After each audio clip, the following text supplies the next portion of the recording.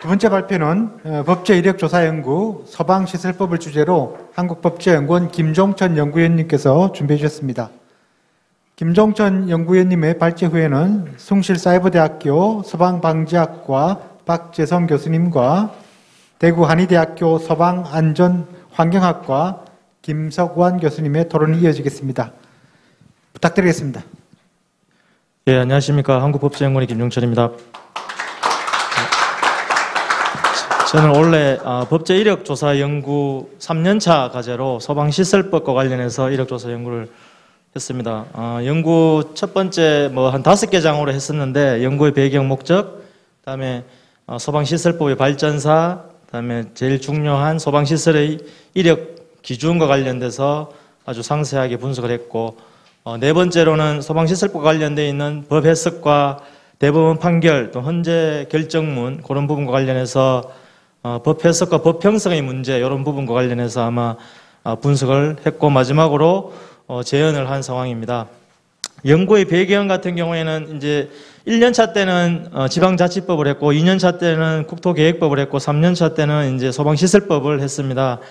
이 소방시설법이 모태가 되는 법이 이제 소방법인데, 이게 반세기 이상 역사적인 과정을 거쳐서 이런 법제도가 우리 아직까지 지금 생명을 유지하고 있다라고 하는 측면에서 소방 발생의 원인이라든지 분석, 그다음에 법제도와 관련해서는 이제 시설 기준, 그다음에 안전관리자, 방염, 그다음에 조직, 검사, 성능 위주 설계 이런 주요 내용으로 해서 조사 분석을 했다라는 점을 말씀드리고, 두 번째로는 이제 그 소방시설법상의 별표 5와 관련해서 이제 소급표를 해야 되는지 이런 부분과 관련해서 이제 해석 문제가 법제처에서 많이 계류가 되어 있는 상황입니다. 그래서 그 해석 방법론과 관련해서 법 해석과 법 형성의 문제 이런 부분들을 분석했고, 이 측면에서 이제 파편화되어 있는 이런 소방시설법의 입법 영역이라든지 주요 내용을 체계적으로 분석해서 이 소방법의 개편과 더불어서 우리나라의 정치, 경제, 사회, 문화 이런 시대 상황을 엿볼 수 있었으며, 이러한 이제 대형 화재 발생으로 인해 가지고 입법자들이 입법적인 결단을 내렸던 이런 부분들을 종합적으로 분석할 수 있었다라는 점을 말씀드리겠습니다. 두 번째로 이제 특정 소방 대상물의 용도와 건축법상의 건축 용도 이 부분이 좀 차별성이 있는데, 향후 이 부분은 좀 통합적으로 관리할 필요가 있다. 건축법은 안전하게 건축물을 건설한다라고 하는 목적이 있고, 특정 소방 대상물 같은 경우에는 피난 성능이라든지 이런 재난 성능을 확보하기 위해서 용도로 구별하기 때문에 이런 부분은 차후에 나중에 조금 개편이 좀 필요하겠다.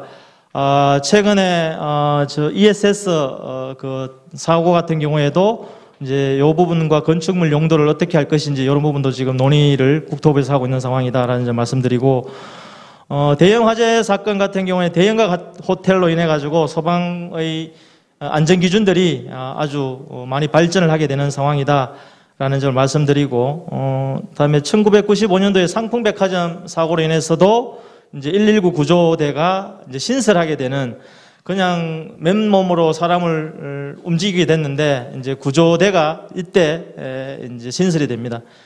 다음에 화성 시랜더 사건 같은 경우에는 화재 사고를 발생했습니다만은 소방과 이 화재 난 그 사고와 관련해서 한 40분간 그 한 40km 떨어져 있는 데이기 때문에 그와 관련해서도 많은 문제가 제기되었다.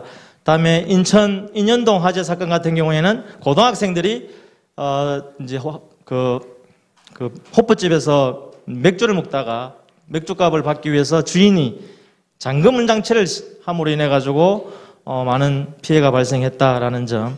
다음 2004년 이제 대구 지하철 화재 사건으로 인해 가지고 노무현 대통령께서 이제 단일법의 소방법을 소방사법 체계로 분법을 하고 소방방재청이 신설하게 되는 문제가 있었고, 그 이후에 계속해서 사재가 발생하게 됩니다. 다중이용 시설법이 만들어지고, 그다음에 초고층 건축물이 화재가 발생해서 초고층 건축물이 특별법이 만들어지는 상황이었고, 2014호 세월호 이후에는 이제 또 해경과 소방청이 해체가 돼서 국민안전처로 신설하게 되는 부분과 발생했습니다. 그래서 이 책에는 이제 쭉 사건 사고 이제 위의 부분은 소방법이 제정되는 부분이었고 있던 중간 부분은 사고로 인해 가지고 소방법이 제정되고 개폐되고 그다음에 주요 조치로서 이제 스프링쿨러 설치의 기준이 점진적으로 강화가 되는 이런 부분입니다.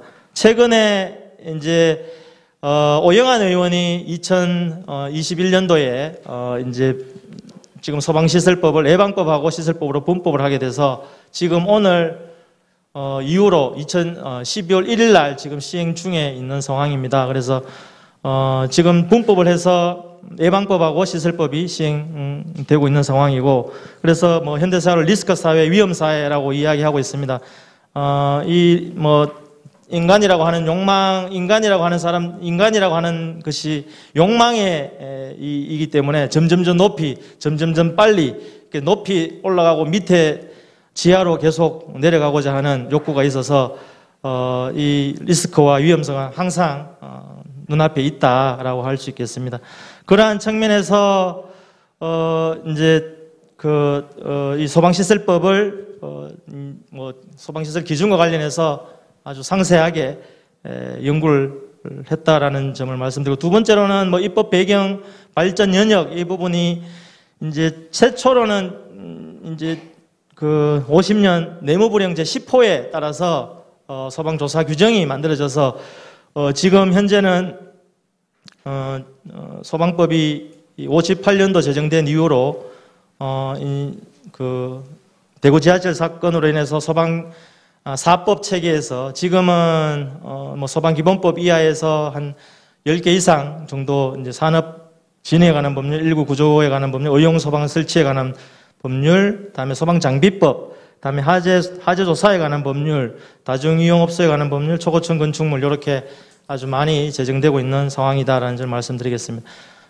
입법 뭐 체계 변천은 58년도부터 해서 지속적으로 다른 타법 개정과 더불어서 계속해서 제정을 하게 된다라는 점을 말씀드릴 수 있겠습니다. 그래서 특히 73년도 2월 8일 날 대연각 화재 같은 경우 한 160만 가량이 21층이었는데 그 당시 소화 설비가 8층까지밖에 올라갈 수 없는 상황이었습니다. 그래서 지금과 비교하면 엄청 많이 장구하게 발전이 된 상황이다라는 점을 말씀드릴 수 있겠습니다. 뭐 1981년 한 26차 개정을 하게 되는데, 뭐 91년도에는 이제 소방법이 이제 한문 병용이었는데 지금 한글화가 되었고, 그다음에 뭐 1993년도 같은 경우에는 미비점을 보완했고, 94년도 같은 경우에도 뭐 위험물 시설 검사 업무가 좀 강화되는 부분이었고, 1995년도 같은 경우에는 이제 상풍백화점 사고로 인해 가지고 소방법이 전면 개편되는 그 건축법에 보시면 처벌 규정이 다른 법과 다릅니다. 1년 이하의 징역과 1천만 원 이하의 벌금인데 이거는 뭐 1년 이하의 10년 이하의 징역 이렇게 되어 있습니다. 그래서 그런 처벌 규정들도 계속해서 강화되고 있는 상황이다라는 점을 말씀드릴 수 있겠습니다. 2001년도에는 뭐 경기 화성 시랜더 23차 개정 같은 경우는 여의도 호프, 다음에 지하 공동구 화재 이 등으로 인해 가지고 소급적으로 적용할 수 있는 특례 규정을 마련한 상황이다. 다음에 뭐 피난 방화시설 이런 부분들도 강화가 되었고, 다음에 감리와 관련해서도 부실 감리를 방지하기 위해서 벌칙 규정을 명확하게 규정을 했다라는 점을 말씀드릴 수 있겠습니다. 2004년도에는 이제 정부 조직법이 개편돼서 이제 소방방재청이 신설해서 이제 행정자치부 산하에 이제 그 2017년 소방청으로 독립 개청하기 전까지 이제 계속 이어져 오고 있습니다. 세 번째로는 뭐 소방 행정 조직의 변천입니다. 이게 이제 조선 시대에는 금화도금이라고 해서 명명되었고, 뭐 1925년도는 뭐 종로 소방서가 이제 모태가 되어서 미군정 시대 때는 이제 소방부 소방위원회가 설치해서 소방과 경찰이 분리 자치를 하게 됩니다. 뭐 대한민국 정부 수립위원회 내부 소속으로서 뭐 최양국에서 뭐 소방행정기구를 경찰 행정체계를 흡수해서 1970년도까지 국가소방체계를 전환했다라는 점이 뭐 이슈가 될 수 있을 것 같고, 뭐 90년도까지는 이제 지방 자치 소방제도 이런 부분들을 이원화해서 하게 되었고, 92년도부터는 2000년까지는 시도 광역 자치 소방, 다음에 2004년부터 2014년까지는 소방방재청 체계였고, 세월호 이후에는 국민안전처 체계, 문재인 정부가 들어서서는 독립해서 국가소방체계로 일원화를 하게 되었다라는 점을 말씀드릴 수 있겠습니다. 소방산업과 화재대응력 변천 과정 같은 경우에는 소방산업 같은 경우에 구한말에 완용펌프 4대 도입한 이후로 1912년도에는 스웨덴제 펌프 1대 있었고, 이게 우리나라의 최초의 소방용 기계였습니다. 이 이제 경제 발전 5개년을 통해서 지속해서 이제 소방 장비라든지 이런 부분들도 고가 사다리차 이런 부분들이 지속적으로 발전을 했고, 2000년 들어서는 이 국가 산업 발전에 따라서 소방 산업도 크게 발전이 되었고, 소방 법령도 정착화되었고, 재난 양상도 아주 크게 발전이 되게 되었다라는 점을 말씀드릴 수 있겠습니다. 2010년도 이후에서는 소방산업이 소방청 통계 자료에 따르면 설계업, 공사업, 감리업 이런 부분들이 한 9,000개 정도 되고, 종사자들 같은 경우에도 지금 18만 명 정도 되고, 총 산업이 1조 6천원인가 정도 되는 걸로 알고 있습니다. 지금 현재는 대한민국이 이런 소방용 기계를 수입하는 국가에서 남방 국가라든지 저개발국에 수출하는 국가로 전환하고 있다는 점입니다. 제일 중요한 이제 세 번째 이제 소방시설 이력 규정이 좀 상세하게 분석을 했다. 소화설비, 경보설비, 피난설비, 임시소방시설과 관련해서 소화설비 같은 경우 소화기, 제일 중요한 게 스프링쿨러, 다음에 경보설비 같은 경우 자탐설비, 다음에 경보용 감지기, 다음에 피난설비 같은 경우 유도등, 이런 부분, 피난기구, 이런 부분이고, 제 뒤에 이제 그 토론해 주실 분 교수님께서 이제 피난 쪽에 아주 전문가고, 이태원 참사 같은 경우에도 지금 그 피난 행동과 관련해서 지금 지침을 만들고 있는 분이다라는 점 말씀드리겠고, 이력 기준과 관련해서 이제 동의 대상물과 제외 대상물, 다음에 방염 설치 대상물과 이런 부분들, 다음에 특정 소방 대상물의 안전관리, 다음에 안전관리자, 자체 점검,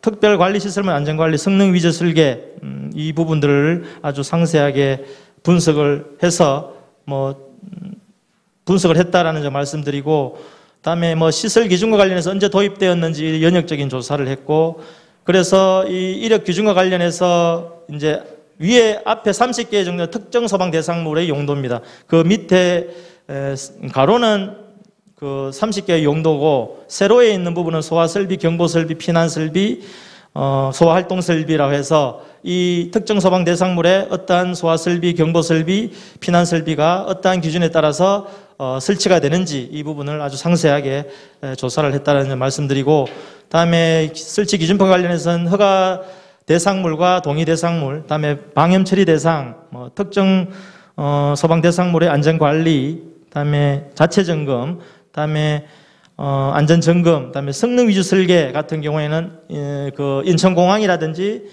최근에 지어지는 대형 건축물 같은 경우에는 이 성능 위주 설계를 통해서 이제 설계가 된다는 점을 말씀드릴 수 있겠습니다. 네 번째로는 이제 법 해석과 법 형성의 문제, 이 부분은 법 제처 해석 사례, 대법원 판례, 헌법재판소 판례, 이게 이제 시행령 부칙 2조의 경과 규정, 이 같은 경우에 이제 법 제처에서 해석한 부분들을 분석을 해서 그 목적론적 해석을 해야 함에도 불구하고 법률 초월적인 법 형성이라든지 내재적인 법 형성까지 해석을 할 수 있도록 이제 해답이라든지 이런 부분들을 상세하게 분석을 했다라는 점을 말씀드릴 수 있겠습니다. 다음에 대법원 판례 같은 경우에는 그 소방과 관련돼서 이제 소방 국가 배상과 관련돼서 이런 관련돼 있는 판결들, 그래서 이 국가 배상과 관련해서 현저하게 직무 위반이 되는지 안 되는지, 지금 이태원 사건 같은 경우에도 국가 배상으로 가능한지 안 한지 정부는 일괄적으로 하겠다라고 하는데, 그런 부분도 재량이 영으로 축소됐는지 안 됐는지 이런 부분들도 좀 나중에 쟁점 사항이 될 수 있겠다라는 점을 말씀드리고, 다음에 군산시 윤락과 화재 사건 같은 경우에는 국가배상 사례와 관련해서 상당한 인과관계가 있는지 여부 이런 부분들도 뭐 판례로 선판례로 이런 부분을 인용해서 판결할 수 있겠다라는 점을 말씀드릴 수 있겠습니다. 헌법재판소 결정내 같은 경우에는 뭐 기본권 침해 관련되는 자기 관련성이 있는 것이냐, 직접성이 있나 기본권 침해를 가지고 제3자 같은 경우에도 이제 헌법 소원을 제기할 수 있느냐, 이와 관련되어 있는 부분밖에 없어서 한 2개 정도만 자기 관련성이 부정되는 케이스였다라는 점을 말씀드릴 수 있겠습니다. 마지막으로 결론은 이제 소방시설법을 이제 분석한 과 관련해서 제언을 한 6개 정도를 했습니다. 이제 국민의 생명과 신체라고 하는 안전이 강화될 필요가 있다라고 하는 측면에서 우리 헌법상의 소고기법 금지의 원칙을 어느 정도까지는 지원이 이제 뭐 원장님께서도 예산이 결부가 돼야 된다라고 말씀을 하셨고 해서 소고기법 금지의 원칙을 배제할 수 있도록 어떤 소방 시설을 강화할 필요가 있지 않겠느냐라고 하는 측면에서 제언을 했고, 두 번째로는 이제 앞에서도 이야기했습니다만은 건축물의 쓰임새를 정하는 건축물 용도와 화재 성능이라든지 그다음에 피난 성능을 확보하고자 하는 특정 소방세상물의 용도 분류 체계를 통합해서 안전을 강화할 수 있는 방안이 있지 않겠느냐라고 하는 측면에서 두 번째 방안, 중장기적인 관점에서 이제 자체 점검과 관련해서 소화기라든지 경보장치라든지 피난설비라든지 이런 부분 관련해서 이제 AI라든지 앞에서 이봉 박사님이 말씀했습니다만은 블록체인을 통해서 활용할 수 있는 방안이 있지 않겠느냐. 다음에 네 번째로는 이제 빅데이터 기반해서 화재 예측 프로그램을 상용화할 수 있지 않겠느냐. 지금 최근에 데이터로 축적되어 있는 화재 유형이라든지 이용자 정보라든지 건축물의 구조 이런 부분을 다양하게 빅데이터 분석을 통해서 어떤 지역에 화재가 발생할 가능성이 농후하다라고 하는 측면에서 소방력을 좀 대응할 필요가 있다라고 하는 측면에서 그렇게 한번 제언을 해봤고, 다음에 초고층 건축물 화재 방지를 위해서 피난시설과 관련해서 기준이 지금 좀 강화를 필요가 있다. 잠자다가 초고층 건축물 같은 경우에는 화재가 났을 때 소리도 들리지 않는 문제가 있을 수 있다. 그래서 그런 부분들도 좀 피난시설과 관련해서 좀 강화가 필요하다라는 점. 마지막으로 이제 ESS 배터리 이 같은 경우가 이제 문제가 되는데, 열폭주 현상, 자동차를 타고 가다가 가드레일을 받게 되면 빠져나올 수가 없는, 지금 내연기 관차 같은 경우에는 배터리와 잠금 장치가 분리가 되어 있는데 지금 전기 자동차는 일원화되어 있어서 빠져나올 수도 없는 문제. 그래서 그런 부분 어떻게 할 것인지. 세종시에 지하로 다 돼가 있는데 아파트가 만약에 화재가 발생한다라고 했을 경우에는 어떻게 할 것인지. 열폭주 현상으로 인해 가지고 끌 수도 없고 끌고 나와야 되는 문제가 있다. 그래서 지금 질식 소화포, 이동식 수조 이 부분도 지금 지역에 3개밖에 없다라고 하는데 그럼 어떻게 할 것인지. 그래서 전기장치 충전 구역에 대해서 재현 설비라든지 이런 부분들을 사후적으로 좀 보완이 필요할 것 같다라는 점을 제언으로 제시했습니다. 예, 이상 마지막 기대 효과 같은 경우에는 이력조사 연구를 통해서 체계적으로 주요 연역이라든지 내용 제시함으로 인해 가지고 우리 대한민국의 발전, 정치, 경제, 사회, 문화 이런 시대 상황을 엿볼 수 있었으며, 다음에 대형 화재 발생에 따라서 입법자들이 입법적인 결단을 내렸던 역사적인 과정 이런 부분들을 종합적으로 정리했고 향후에 입법 기초 자료로 활용할 수 있겠다라는 점을 말씀드리면서 발표를 마치겠습니다. 감사합니다. 네, 감사합니다. 소방시설법에 관한 법제 이력 조사를 아주 꼼꼼하게 연구해 주시고 발제해 주셔서 대단히 감사드립니다. 그럼 두 분의 토론자를 모시고 토론을 진행하도록 하겠습니다. 발제자께서도 앉아주시기 바랍니다. 네, 여기 앉으십시오.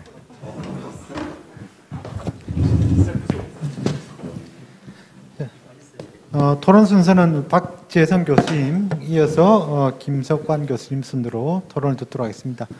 교수님 부탁드리겠습니다. 네, 박지성입니다.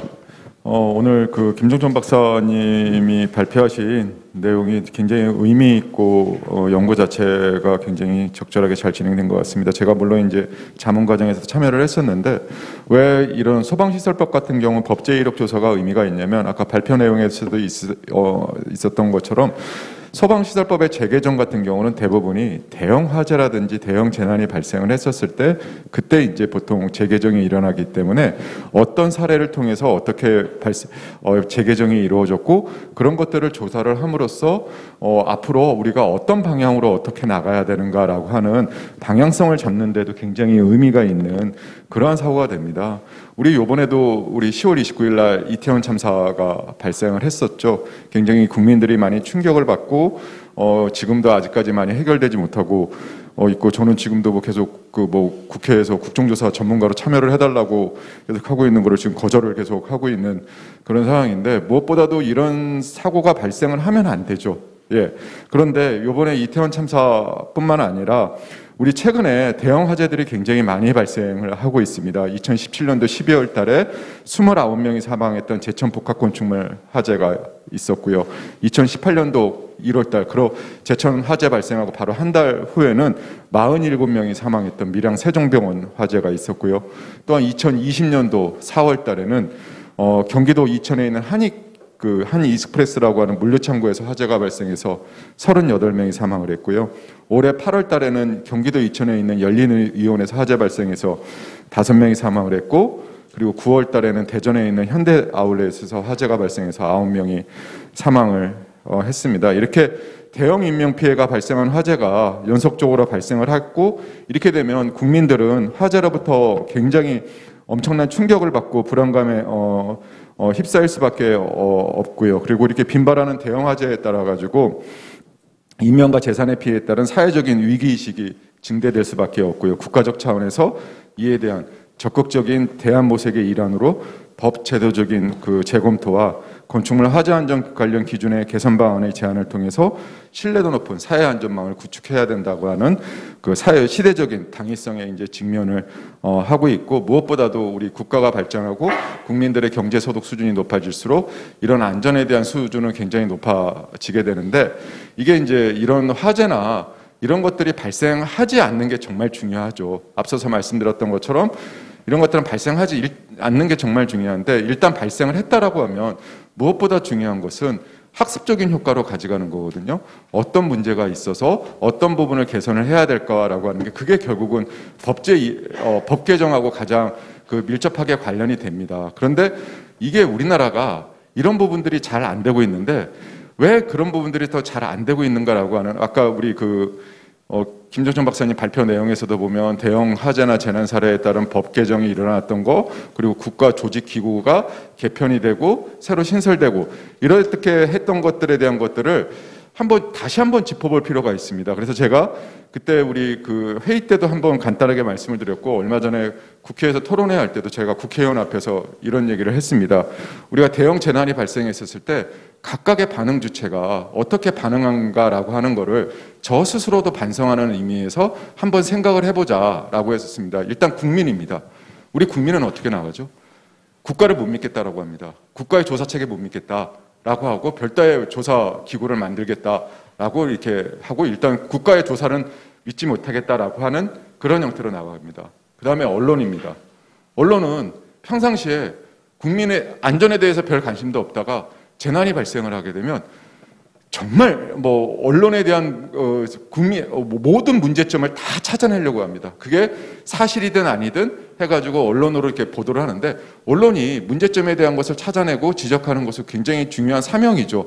하지만 한편으로는 국민들이 불안할 때는 국민들을 안심시켜주는 것도 언론의 중요한 역할이라고 생각을 하고 오히려 그런 것들 정제되지 않은 그런 보도들이 국민들의 불안감을 더 증폭을 시킵니다. 그렇게 되면 다시 국가를 조사 체계를 믿지 못하는 그런 악순환의 고리로 그렇게 가고요. 그 다음에 이제 국회의원을 비롯한 정치인들은 어떻습니까? 평상시 안전에 대한 관심이 1도 없다가 이런 사고가 발생하면 발본색원의 의지를 보여집니다. 모든 거를 샅샅이 뒤져서 다 찾아내서 다 개선하겠다라고 해서 우리나라를 안전 지상주의 국가로 만들어 버리려고 하는, 안전 제일주의 국가는 좋지만 지상주의 국가는 좋은 건 아니거든요. 그러다가 시간이 지나면 언제 그랬냐는 듯이 냄비 식듯이 바로 식어버립니다. 그 다음에 정부 부처라든지 국가 기관 같은 경우는 어떻게 됩니까? 책임을 져야 될 기관이 책임을 지지 않고 조직 확대의 기회로 삼습니다. 그러다 보니까 말도 안 되는 옥상옥 조직이 또 만들어지고 그런 것들이 악순환이 반복되는 그런 형태가 되고 있고요. 이번에도 제가 회의 때 회의 때 갔었을 때 그런 어떤 또 모양을 갖고 있는 걸 갖고서 제가 그 현장에서도 신랄하게 비판을 했었습니다. 그 다음에 저를 비롯한 우리 학계 연구진들은 어떻습니까? 이때가 기회다. 이때 연구 기반을 확대를 해야 된다. 예? 우리게 연구 기반이 부족이 이런 사태를 초래했다라고 해가지고 연구 과제를 만들려고 하고 우리나라하고 맞지도 않는 외국의 제도나 기준을 갖고 그게 정답인 것처럼 마구마구 얘기를 해버립니다. 이런 부분들이 악순환이 되고 있는데 결국은 왜 제가 이런 말씀을 드리냐면은 우리가 이런 재난이 발생했을 때 조금 더 시간적 여유를 갖고 정말 뭐가 근원적인 문제점이 무엇이었는가라고 하는 것을 찾아가면서 그런 것들을 법을 개정하고 이렇게 되는 부분들을 찾아가야 되는 거거든요. 과연 지금까지 그런 부분들이 대형 재난 사고에 적절하게 이루어졌는가라고 하는 그런 것들을 한 번을 짚어볼 수 있는 게 이 오늘 김정천 박사님이 발표하신 법제 이력 조사의 중요한 의미가 아닌가 이렇게 생각이 됩니다. 더욱이 최근에는 앞서서 김정천 박사님도 말씀하셨던 것처럼 초고층 건축물이 증가를 하다 보니까 피난시설이 필요하다, 강화가 필요하다는 말씀도 하셨습니다. 굉장히 초고층 건축물의 경쟁이 가속화되고 있죠. 롯데월드타워 2017년도에 123층이 만들어지고 최근에 부산 해운대라든지 인천 송도를 중심으로 해가지고 100층 이상의 그 메가 초고층 건축물이 10여 건이 되고 있습니다. 그런데 지금 현재 갖고 있는 우리 소방시설법이나 건축법은 그런 부분들을 충분히 포용을 하지 못하고 있기 때문에 과연 그런 부분들이 안전하게 그 대책을 갖고 지어지고 있는가라고 하는 부분들에 대한 것도 우리가 한 번은 이렇게 좀 빨리 좀 그 되짚어봐야 될 그런 부분들이 아닌가라고 하는 거고요. 무엇보다도 우리나라 법제도적인 측면에서 보게 되면 우리나라는 화재 안전과 관련된 법제적 체계가 단일 그 법 규정에 의존하지 못하고요. 소방법하고 건축법으로 양분이 되어 있습니다. 이런 것들은 여러 가지 문제점을 초래를 하는데 화재 안전공학적인 측면에서 합리적이고 실질적인 안전성의 확보를 위해서 이런 양대 법 규정이 상호 유기적이고 공조 그리고 상호 보완 체계 확립이 선행이 돼야 되는데 그런 부분들이 그 부처의 어떤 이기주의라든지 부처 중심주의적인 것 때문에 잘 안 되고요. 그리고 앞서 말씀하신 발표했던 내용인 것처럼 우리나라 법 적용의 출발이 뭡니까? 용도를 구분을 하고 그 용도에 따라서 건물 규모, 그러니까 즉 층수라든지 바닥 면적 이런 것들에 따라서 법을 적용하는데 우리나라 건축물 용도 구분 자체가 위험도를 고려한 용도 구분이 아닙니다. 기능에 따른 용도 구분이란 거죠. 예를 들면 판매시설, 숙박시설, 운동시설, 문화 및 집회시설 그게 건물의 기능입니다. 이 기능이 위험도하고 맞으면 다행인데 실질적으로 맞지 않는 그런 부분들이 있다 보니까 결국은 법 적용의 출발서부터가 이 화재 안전하고 맞지 않는 그러한 출발로 이루어진다라고 이렇게 볼 수가 있고요. 더욱더 이게 건축법하고 소방시설법이 용도 분류 자체가 다릅니다. 용도 분류 자체가 다르기 때문에 거기서 오는 혼선 자체가 행정적인 법 집행에서의 혼선 그리고 무엇보다도 그 건축물의 위험성에 맞는 화재 안전성을 확보하려고 하는 그런 부분에서의 혼선이 굉장히 발생을 하고 있다라고 이제 하는 것입니다. 그래서 이런 부분들도 우리가 이런 어떤 법제의를 줘서 과거를 되짚어 봄으로써 다시 한번 맞춰가는 그런 부분들에 대한 것으로 좀 찾아가야 되지 않을까 이렇게 생각이 됩니다. 그래서 또한 마지막으로 아까 김정천 박사님이 결론에서 제시하고 있는 부분이 있었는데 국민의 안전하고 밀접하게 관련이 되는 소방시설법은 국민의 안전하고 굉장히 밀접하게 관련이 되거든요. 근데 소급 입법 금지의 원칙을 배제하는 방안을 신중하게 좀 고민을 해볼 필요가 있다라고 하는 그런 부분에 대한 말씀을 하셨습니다. 굉장히 조심스러운 부분이죠. 근데 저도 그 부분에 대해서 이렇게 좀 동의를 하고 있는데 기존 법 규정의 문제점 또는 맹점으로 인해서 그에 해당하는 법 규정이 개정이 되면 그게 새로운 대상물, 새로운 건축물에 적용이 되고 기존의 건축물은 그대로 위험의 안전의 사각지대로 남아있게 되고 결국은 그런 부분들에 대해서 다시 화재 이런 것들이 계속적으로 발생을 하는 그런 문제점들이 반복이 악성이 되기 때문에 현재 이 시점에 왔었을 때 우리가 법 적용의 안전성이 중요하냐 아니면 국민의 안전이 중요하느냐 어느 한쪽으로 치우치지 않고 합리적인 그런 사이에서 합리적인 균형점을 찾아갈 필요가 있는 시대가 도래되지 않았는가라고 이렇게 생각되는 되고 있습니다. 그래서 이걸 마지막으로 제 의견을 마치도록 하겠습니다. 감사합니다. 네, 감사합니다. 숭실사이버대학교 소방방지학과 박주성 교수님 대단히 감사합니다. 다시 한번 박수 부탁드리겠습니다. 다음은 대구 한의대학교 소방안전환경학과 김석관 교수님께서 토론을 해주시겠습니다. 잘 부탁드리겠습니다. 네, 안녕하십니까. 대구 한의대학교 김석관입니다. 딱 보셨을 때, 대구 한의대에서 왜 오셨을까? 이렇게 생각하시는 분이 있는데요. 대구 한의대학교는 1980년도에 개교를 했는데요. 6년제로 개교를 했습니다. 대구 한의대학교고요. 그때 개교를 할 때, 이게 사립대학인데요. 개교를 할 때 핵심이 국민 건강, 그 다음에 안전, 보건, 그 다음에 한의학이 또 한자를 쓰니까 국학, 이런 중심으로 해가지고 단과대학으로 출발했다가 지금은 40여 개 학과가 있는 종합대학으로 성장했습니다. 그래서 저희 학과 같은 경우는 지금까지 그 학교가 만들어졌을 때부터 계속 있었던 학과다 이렇게 보시면 되고요. 시대에 따라 좀 변화는 있었습니다. 오늘 시대에 따라서 우리 안전에 관련된 법이 변경된 것을 우리 김종천 박사님께서 아주 잘 설명해 주셨는데요. 여러분들께서 다른 데서 들어봤을지 모르겠습니다만 국민소득이 5,000불 정도 될 때까지는 2, 3,000불이라는 먹고 사는 게 제일 중요하죠.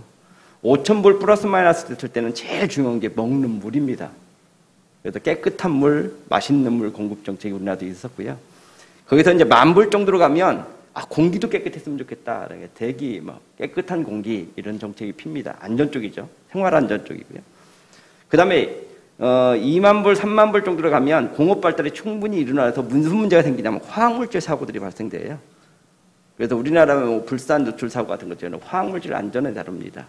그거 지나면 뭐냐면 우리나라가 한 20,000불, 30,000불에 접근한 데가 2000년, 지금부터 20년 전 얘기입니다. 그때 소방청이 만들어지고 막 이럴 때지요. 그래서 생활안전에 관심이 갖기 시작하는 게 거의 풀로 디벨로프 됐다는 게 한 30,000불 쪽입니다. 지금 우리나라가 이 소방안전에 대해서 굉장히 관심을 많이 갖춰줘야 되는데 그러면 그만큼 되겠느냐라는 거죠. 우리 옆에서 박재성 교수님께서 전체 포괄적으로 말씀 잘 해주셨기 때문에 저는 몇 가지 핵심만 좀 찍어보겠습니다. 그러면 생활 수준이 상상이 되고 사회가 발전이 되고 국민이 안전에 대한 욕구가 증가하면 소방시설이라든가 소방 관련된 법들은 강화가 돼야 되겠죠. 그러면 시대에 맞게 자동으로 강화가 되는데 절대 그렇게 움직이지 않습니다. 굉장히 시설법이 아니면 소방 관련된 안전법들이 더디게 움직이는 거죠. 왜냐, 우리 사회의 변화와 같이 움직여야 되는데 그게 더디게 움직인다. 그런데 그거에 촉매작용하는 게 딱 하나 있습니다. 대형 사건들이죠. 대형 사건들이 날 때마다 소방과 관련된 법들도 법이 분할되거나 법이 더 세분화되거나 기준이 강화되거나 이렇게 됩니다. 그러면 이런 것들은 뭐냐면 아주 빠르게 적응할 수 있는 법들이 만들어진다는 거죠. 사건이 하나 났어? 스프링클러가 문제가 있었대. 그럼 스프링클러 강화해. 이렇게 만들어지는 거죠. 결과적으로 뭐냐면 그때는 빠른 대응이 일어나지만 또 문제가 무슨 문제냐. 김정천 박사께서 처음에 우리 모여서 좀 디스커션 할 때도 그런 얘기가 나왔었습니다. 빠른 대응은 되지만 충분한 검토가 안 되더라. 그러면 결과적으로 뭐냐면 건축법에서 소방을 다루는 것과 소방시설에 관련되는 우리 소방안전법에서 소방을 다루는 것과 서로 보는 관점이 틀리거든요. 그러면 두 사람이 충분한 검토에 의해서 법이 개정이 되거나 시행이 돼야 되는데 그렇지 못하다라는 거죠. 그렇게 됐을 경우에는 시행하면서 계속 오류가 발생될 수 있다라는 거예요. 그래서 그런 것들을 앞으로 잘 잡을 수 있는 누군가가 옆에서 제3자가 그런 것들을 봐줄 수 있는 체계가 굉장히 중요하다고 봤고요. 이번에 김종천 박사께서 그런 것들을 보는 거, 이런 쪽으로 보면 상당히 중요할 것 같다. 그런 의미를 저도 참여를 하면서 느꼈습니다. 그러면 이런 소방시설법이라든가 안전에 관련 법들은 반드시 시장 논리에서 트레이드오프가 존재합니다. 국민들은 안전하고 내가 생명 피해, 내가 화재가 났을 때 내가 피해를 적게 볼 수도 있고 재산 손실도 적을 수 있다라고 뭔가를 피해를 줄일 수 있다는 장점이 있는 반면 그런 시설을 운영하거나 관리하거나 시설을 설치하는 사람들 입장에 봤을 때는 비용이 어마어마하게 증가하겠죠. 서로 트레이드오프가 생겨서 싫어하겠죠. 결과적으로 이런 관점이 존재할 수 있다는 거죠. 그래서 그런 양측의 관계를 법에서 어떻게 받아들여서 좋은 규정들을, 기준들을 만들 거냐, 이게 굉장히 중요할 거라고 봅니다. 또한, 아까 발표 자료에 나왔던 것처럼 예전에는 소방시설 산업, 제가 15년 전이니까 20년 전에 한번 봤을 때는 1조가 안 됐습니다, 국내에. 아주 작은 규모였는데 지금 16조 원입니다. 그건 뭐냐면 소방법이 그만큼 강화가 되면서 국민들이 필요로 하는 안전 기준이 강화가 됐다는 것은 뭐냐면 산업이 발전할 수 있다는 거거든요. 그러면 결과적으로 소방 기술이 기준이 강화될수록 산업은 발전할 수 있다는 거죠. 장점은 두 개고 단점은 하나거든요. 그래서 어떻게 갈 거냐 이런 것들을 계속 꼭 잘 살펴봤으면 좋겠다라는 생각이 들고요. 아까도 언급해 주셨지만 소방시설법과 건축법과는 완전한 밀접한 관계가 있는데 두 법이 소통을 잘 못하고 있다는 거죠. 그래서 그 두 법이 잘 소통을 해서 기준을 잘 만들어갔으면 좋겠다는 생각이 들고요. 그 다음에 소방 안전에 관련된 것은 두 가지로 나눌 수 있을 것 같습니다. 기준이. 설치에 관한 기준들이 있고 설치된 것들이 안전하게 관리되고 있고 진짜 그게 사건이 났을 때 제대로 작동할 거냐. 지금 스프링클러에 대해서는 지금부터 한 5년 전에 경기도 이천에 있는 모 냉동창고에서 화재가 났을 때 스프링클러가 없어서 문제가 됐다 막 얘기 나왔는데 올해도 큰 화재 사건 났을 때 역시 마찬가지로 스프링클러가 누가 꺼놨다. 그래서 피해가 많이 났다. 이렇게 나와 있습니다. 이거 상당히 심각한 문제죠. 그러면 이런 것들을 어떻게 할 거냐. 그러니까 시설 기준을 만드는 게 중요한 거냐. 관리를 더 잘하는 게 중요한 거냐. 이런 논의도 앞으로 더 강화가 돼야 될 것 같다는 생각이 듭니다. 그래서 아까 연구 결과에서 제일 제시한 것 중에 하나가 뭐냐면 AI와 블록체인이라든가 이런 기법을 이용해서 안전관리를 더 잘했으면 좋겠다. 저는 거기에 적극 찬성하는 입장이거든요. 예를 한번 들어보겠습니다. 지금 소방시설 같은 경우는 설치할 때 완공검사, 그 다음에 시운전 데이터 이런 것들이 굉장히 많이 데이터가 쌓입니다. 그 다음에 그 시설이 설치가 된 이후에 그 시설이 제대로 가동이 되고 있는지 안 되는지를 검사를 합니다. 특히 2015년 이후부터 2015년에 큰 사건들이 나면서 국민안전대진단을 국가에서 시행을 합니다. 2018년에 법이 만들어졌고요. 그럼 그때는 뭐냐면 설치된 소방시설에 대한 안전점검을 강화하거든요. 그 시설 점검표만 해도 30몇 가지, 40몇 가지가 됩니다. 어마어마한 방대한 자료들이 조사가 되죠. 그러면 그런 자료가 조사될 때는 그때 그 시설이 잘 가동될 거냐 아닌가 그 시대만 봅니다. 여기서 이제 우리가 문제가 될 수 있어요. 그 예를 들어가지고 그 노인요양병원을 보면 노인요양병원의 소방시설을 점검이 나오면 첫 번째로 나오는 게 보건복지부에서 나옵니다. 그다음에 관할 소방서에서 나옵니다. 소방청에서 나옵니다. 소방청에는 위탁받은 소방안전원에서 나옵니다. 그러면 자료 생성 구간이 3군데입니다. 똑같은 시설에 대해서. 그럼 자체검사도 합니다. 어마어마하게 많은 점검표가 나오는데 그런 정보들을 조사할 때 이게 안전하다 이렇게 중요한 게 아니라 진짜 그게 시차적으로 계속 안전하게 조사가 되고 있는지를 항상 데이터를 모니터링하고 있는 게 굉장히 중요하다는 거죠. 그러기 위해서는 첫 번째 데이터가 정확하게 생성되느냐 그리고 데이터가 정확하게 생성되고 관리되느냐는 지금 나와 있는 그 4차 산업혁명 도구인 블록체인 기법으로 할 수 있습니다. 누구가 데이터를 생산했으면 그걸 시차적으로 그 다음에 조사 기관에 따라서 모든 정보를 통합해서 관리를 할 수 있다는 거죠. 그랬을 때 예를 들어서 물이 올해는 노출됐는데 그걸 수리해가지고 내년에 노출이 안 되고 뭐 이런 것들을 지속적으로 다 관리할 수 있다는 거죠. 그런 그 데이터 블록체인에 의한 데이터 관리가 필요하고요. 그런 데이터들을 법적 기준이라든가 전문가적 견해를 정해서 정성적 평가를 해서 이 시설이 진짜 안전한지 이런 것들을 관리할 수 있는 AI 체계도 갖춰져야 된다라고 봅니다. 그래서 이런 것들이 갖춰진다면 전체 시설이 설치 기준에 맞춰서 만들어지고 그것들이 적절한 관리가 되고 있는 것들을 중앙정부에서는 다 볼 수가 있다는 거죠. 지금처럼 다큐멘테이션화 돼가지고 정보를 관리한다면 그 방대한 자료, 시차적으로 발생한 자료, 점검 기관에 따라 발생한 자료를 누가 크로스체크할 거냐라는 거죠. 하기가 어렵다는 거죠. 그래서 그런 것들을 앞으로 할 필요성이 존재한다라는 거죠. 그래서 다시는 어느 공공시설에서 스프링클러가 꺼져 있어서 화재가 나가지고 사람이 피해를 안 입는 그런 날이 올 수 있도록 만들어주는 것들이 이런 법에서 검토가 돼야 될 것 같고요. 제가 보기에는 그런 차원에서 소방안전, 재난안전, 환경안전 이런 법의 체계는 산업의 발전과 더불어서 지속적으로 검토가 되고 특히 이런 안전 분야는 각 부처와 법이 중첩되는 것들이 굉장히 많습니다. 그래서 그런 것들을 누군가는 계속 모니터링을 해주고 있는 그런 자체가 굉장히 중요하지 않겠나 이렇게 봅니다. 특히 소방도 그렇고요. 화학물질은 더 그럽니다. 우리나라 화학물질 관리는 총괄체계는 환경부에서 관리를 하지만 모든 부처가 관련되어 있거든요. 우리 소방 쪽에서도 위험물질 관리를 합니다. 그래서 그런 것처럼 다양하게 관리되는 화학물질 같은 경우도 법 체계를 잘 관리해 줄 수 있는 그런 시스템이 좀 필요하지 않을까 이렇게 생각합니다. 네, 이상으로 마치겠습니다. 네, 감사합니다. 대구한의대학교 소방안전환경학과 김성환 교수님께 다시 한번 큰 박수 부탁드리겠습니다. 두 분 그 토론자에 대해서 발제자께서 간단하게만 답변해 주시기 바랍니다. 네, 박재승 교수님과 김석환 교수님은 제가 이 과제를 1년간 수행하면서 자문위원으로 모시고 한 20번 가량의 그 온오프로 해서 참여해 주시고 많은 고견을 주셔서 또한 오늘 성과 발표 보고회까지 참석해 주셔서 좋은 고견을 주셔서 너무 감사드리고 앞으로도 이 법제 이력 조사 연구 같은 경우에는 향후에 필요한 부분은 이제 건축법이 되지 않겠는가 생각이 듭니다. 그래서 향후에는 그 건축법 쪽에 아마 이력 조사를 통해서 데이터를 축적해서 부처에서도 좀 활용할 수 있는 기회가 되면 좋겠다라는 점을 말씀을 드리면서 연구성과 보고에 참석해 주셔서 감사드립니다. 이상입니다. 네, 감사합니다. 발제해 주신 김종진 박사님과 두 분 토론자 분께 다시 한번 큰 박수 부탁드리겠습니다.